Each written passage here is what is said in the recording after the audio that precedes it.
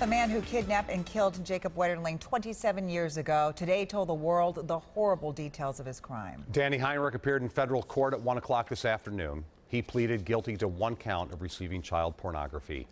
As part of that deal, he also confessed to kidnapping and killing 11-year-old Jacob Wetterling. Heinrich kidnapped Jacob as he biked home from a convenience store with his brother and friend on October 22, 1989. The boys were just a half-mile from Jacob's home in St. Joseph. Heinrich also confessed to sexually assaulting Jared Shirel that same year. Thanks to new technology, DNA evidence from Shirel's case that was directly linked to Danny Heinrich last year. And we have team coverage tonight. Jennifer Mearley has reaction from Jacob Wetterling's family and Jared Shirel. But we want to begin with Esme Murphy, who was in the courtroom when the Wetterlings finally got the answers that they were waiting 27 years to hear. Esme. Well, Amelia, as some of Jacob Wetterling's family members wept in a strong, matter-of-fact tone, Danny Heinrich delivered a story we have never heard before. What happened to Jacob Wetterling after he kidnapped him? After being sworn in, Heinrich testified that on the night of October 22, 1989, he was driving along the now infamous road in St. Joseph when he passed 3 boys riding bikes. It was just after 8 p.m. at night, and he pulled into the driveway and waited 20 minutes for them to return. He testified he then put on his mask, grabbed his gun, and ordered the 3 boys to the ground. He then grabbed Jacob and threatened to kill Jacob's brother Trevor and best friend Aaron Larson.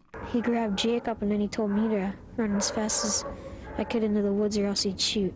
He then handcuffed Jacob behind his back and forced him into the front seat of his blue Ford EXP sedan. Heinrich testified Jacob asked him, "What did I do wrong?" He then drove Jacob towards his own nearby hometown of Painesville, stopping at what used to be a gravel pit just east of town. He then forced him to strip and then molested him. When Jacob began to cry, Heinrich told him, "Don't cry." Then Heinrich, who had a police scanner in his car, began hearing law enforcement was nearby. He testified, "I panicked. I pulled the revolver out of my pocket. I told Jacob to turn around. I told him I had to go to the bathroom." He testified he then shot Jacob in the back of the head.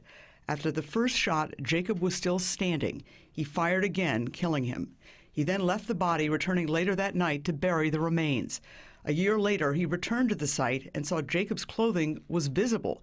He then unearthed the remains, placed them in a bag, and moved them across what was then Highway 23 to the farm where Heinrich led the FBI last week. Now, Heinrich also today confessed to the kidnapping and sexual assault of then 12-year-old Jared Shirel in nearby Cold Spring 10 months before Jacob's abduction. Despite a DNA match in the Shirel case, Heinrich can't be prosecuted because the statute of limitations in that case has expired. Both Jared Shirel and the entire Wetterling family were in court today. And also in court today, Esme, Heinrich talked about a gun in the Shirel case. Well, actually, what happened, Amelia, is that he threatened Shirel with a gun in that incident in January of 1989, but he testified today he didn't actually have a gun in that incident. He said today that it was after the Shirel assault that he went out and bought the gun he used to kill Jacob 10 months later. All right, Esme, thank you.